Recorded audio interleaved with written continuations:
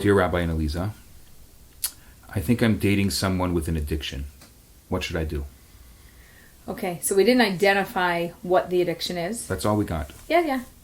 Maybe we can talk a little bit about the different types of addiction first, and then we can talk about how to deal with different types of addiction. You want to run through it with me? Well, Sure. Alcohol, drugs, sexual addictions. sex. What else is on the list of addictions? Those are the three big. Gambling. Gambling. There's food addictions also. Food. The OA. Yeah. There's OA, NA, AA, right? A whole bunch of things. There's I'm not saying this is a comprehensive list. So first of all, we don't know what kind of addiction it is. But it's... But they're dealing with addiction, okay? So in terms of addiction, and I've had clients who are in recovery or who are dating people who are in recovery, which means they have an addiction, they're dealing with it, they have been dealing with it. They usually have what they call a sponsor, which is somebody who is working with them consistently on a daily basis, checking in with them. They're there and present. And first of all, I would want to know from this person who wrote in, have you ever dealt with addiction?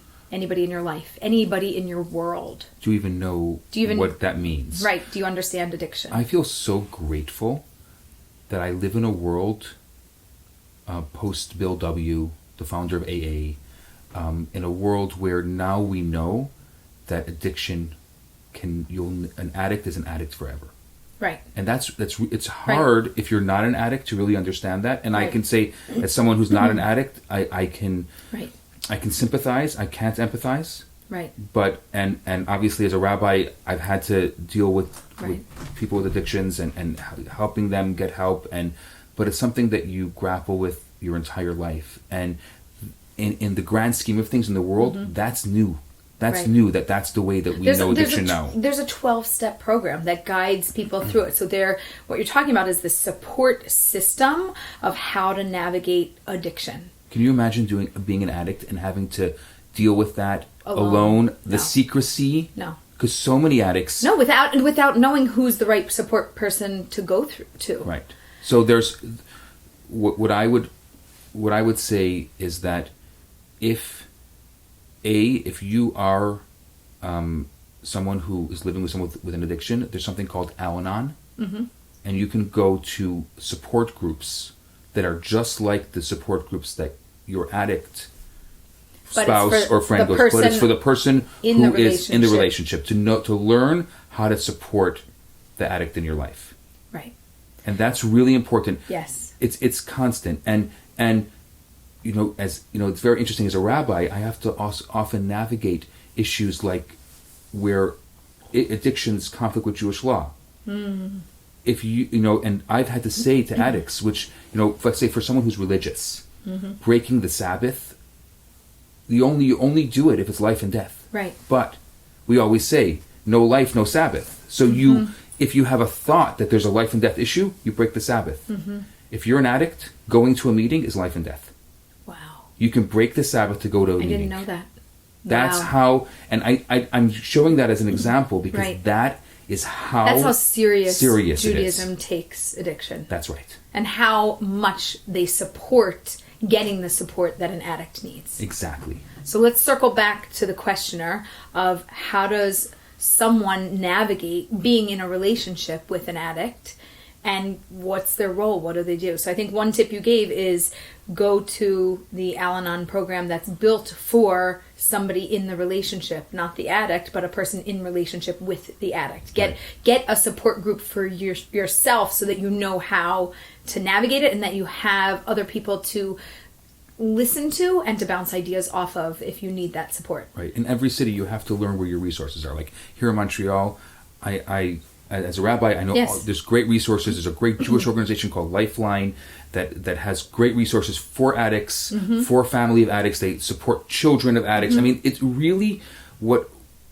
for an addict, the entire family, their entire world is affected by it. Right. And so if it's someone that you want to support and that you love, then it's in your best interest to become, and it's not to get the education. Don't that you be need. shamed. Right. Don't feel bad. Don't think that it's about you. Don't There's take it upon millions yourself. of people across the globe that are getting support. But if you don't know You're better, not alone. you can take feel a person, very alone. Yeah. You feel very alone. So number one for this person, get the support you need.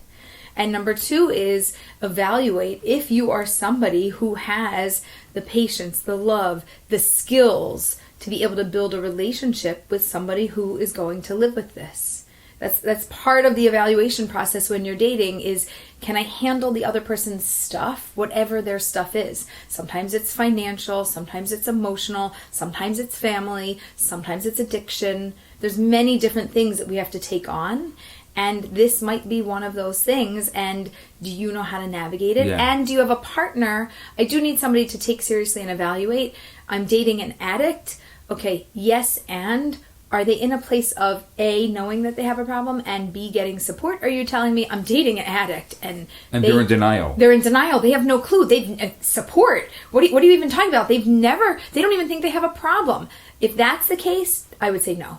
We don't date them. No. Do not date somebody who does not know that they have a problem, who is not getting support. They're not in a healthy place to receive you as a partner. But if you're dating somebody who has been in recovery for X number of years, they have a sponsor, or they are a sponsor for somebody else where they counsel and they work with them through the process, then you have somebody who's in a healthy position to receive a partner. Potentially. It depends. And everybody has their moments and people go up and down. You're going to have to assess it. But if somebody's in process and in a good place, absolutely. And I had a relationship like this that I was working with a couple and he had been in recovery for almost a decade.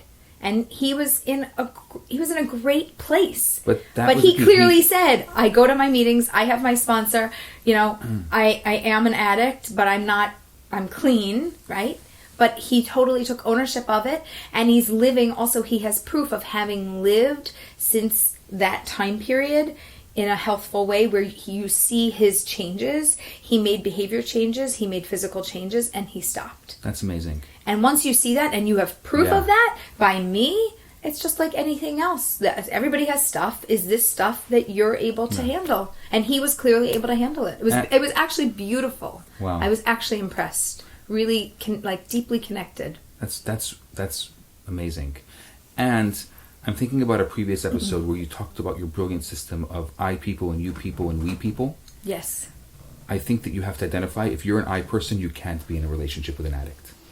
Interesting. If you're a you person, you're ideal for a relationship with an addict. Because I'll tell you why.